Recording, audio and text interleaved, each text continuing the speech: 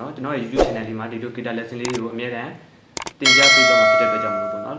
like and subscribe လေးလုပ်ခဲ့ဖို့တောင်းဆိုပါတယ်ဟုတ်ကဲ့ tutorial အပိုင်းကိုတွားလိုက်ကြအောင်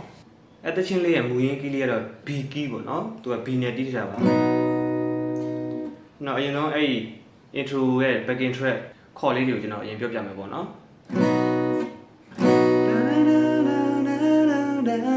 E ပြီးတဲ့ခါမှာ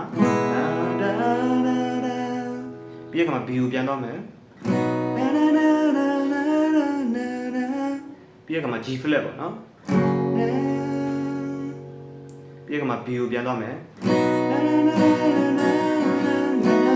E ပြီးတော့ B ကိုပြန်တော့မယ်နော် G flat ပြီးတော့ B ပေါ့နော်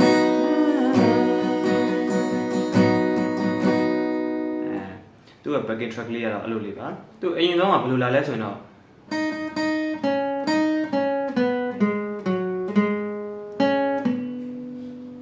အဲ့ဒီပိုင်းလေးကိုကျွန်တော်အရင်ရှင်းပြမယ်ပေါ့နော်အဲ့ဒါတော့ဒီ B chord မီပေါ့နော်မီမှာကျွန်တော်တို့က3ချက်တီးမယ်ပြီးတဲ့ခါမှာကျွန်တော်တို့ကဒီ3ကြိုး6ကွက်ပေါ့နော်တစ်ချက်တီးမယ်အဲ့ဒီပုံစံလေးပါ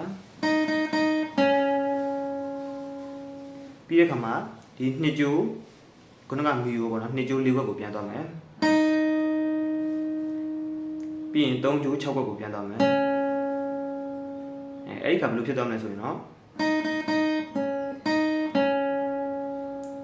အဲ့ဒီပုံစံလေးဖြစ်သွားမယ်ပေါ့နော်ပြီးတဲ့ခါမှာ3ကြိုး4ခွက်ပြီးရင်4ကြိုး6ခွက်ပြီးရင်4ကြိုး4ခွက်ပေါ့နော်ပြီးရင်4ကြိုး6ခွက်ကိုပြန်သွားမယ်ပြီးရင်3ကြိုး6ခွက်ပြီးရင်3ကြိုး4ခွက်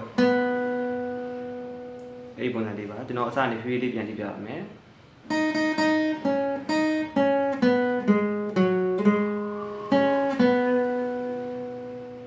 အဲ့ဒီပုံစံလေးဖြစ်သွားမှာပေါ့နော်ဒီနောက်တစ်ပိုင်းကဘယ်လိုဆက်သွားလဲဆိုရင်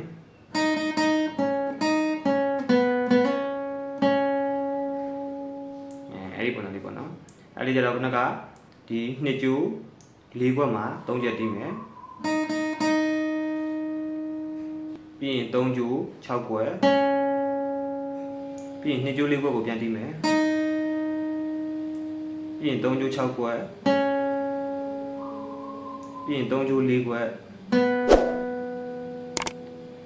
ပြီးရင်3ကြိုး6ခွက်ကိုပေါက်မှာပေါ့နော်အဲ့ဒီပုံစံလေးပါအဲ့လိုပေါက်ပြီးတော့နောက်တစ်ချက်ထပ်တီးမယ်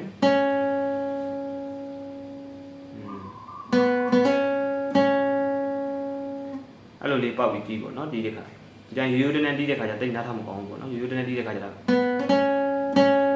အဲ့ဒီပုံစံဖြစ်သွားမှာပေါ့နော်ဒီပေါက်ပြီးတီးတဲ့ခါနဲ့အရသာလေးကပို့ပြီးတော့နားထောင်လို့ကောင်းတယ်ပေါ့နော်ကျွန်တော်အစအနေဖြည်းဖြည်းလေးပြန်တီးပြရမယ်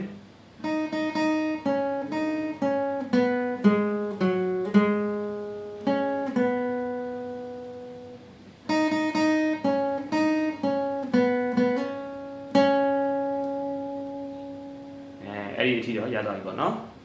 ပြီးတဲ့အခါနောက်တစ်ပိုင်းကျဘယ်လိုလဲဆိုတော့အဲ့အရင်ပထမပုံစံအတိုင်းလေးပဲပေါ့နော်ဒီမှာ2ကြိုး4ခွက်မှာ3ချက်ထပ်တီးမယ်ပြီးတဲ့အခါမှာ3ကြိုး6ခွက်တစ်ချက်တီးမယ်ပြီးရင်2ကြိုး4ခွက်တစ်ချက်တီးမယ်ပြီးရင်3ကြိုး6ခွက်တစ်ချက်တီးမယ်အဲ့ဒီပုံစံလေးပါဒီခါမှာ3ကြိုး4ခွက်ပြီးရင်4ကြိုး6ခွက်ပြီးရင်4ကြိုး4ခွက်ပြီးရင်4ကြိုး6ခွက်ပြီးခါမှာ3ကြိုး6ခွက်ကိုသွားမယ်ပေါ့နော်ပြီးရင်3ကြိုး4ခွက်အဲ့ဒီပုံစံလေးပါပထမပုံစံအတိုင်းလေးပဲပေါ့နော်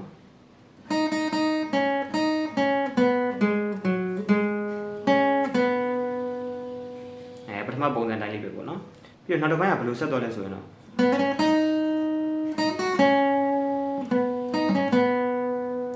အဲ့ဒီပုံစံလေးသွားရပေါ့နော်အဲ့လေးကြတော့ဒီ3ကြိုး4ခွက်ပေါ့နော်ပြီးရင်3ကြိုး6ခွက်ပြီးရင်2ကြိုး4ခွက်အဲ့ဒီပုံစံလေးပါ ပြီးတော့နှစ်ကျိုး၄ခွက်မှာနောက်တစ်ချက်ထပ်ပြီးမယ်ပြီးရင်နှစ်ကျိုး9ခွက်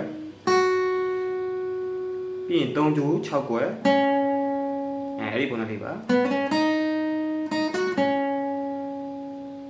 ပြီးရခါမှာ3ကျိုး4ခွက်ပြီးရင်2ကျိုး4ခွက်ပြီးရင်3ကျိုး6ခွက်ပြီးရင်3ကျိုး4ခွက်အဲ့ဒီပုံစံလေးပါဒ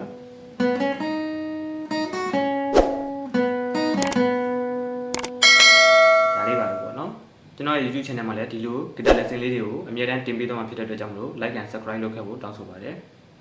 အားလုံးပဲနောက်ထပ်ဗီဒီယိုမှာပြန်လည်ဆုံတွေ့ကြပါမယ်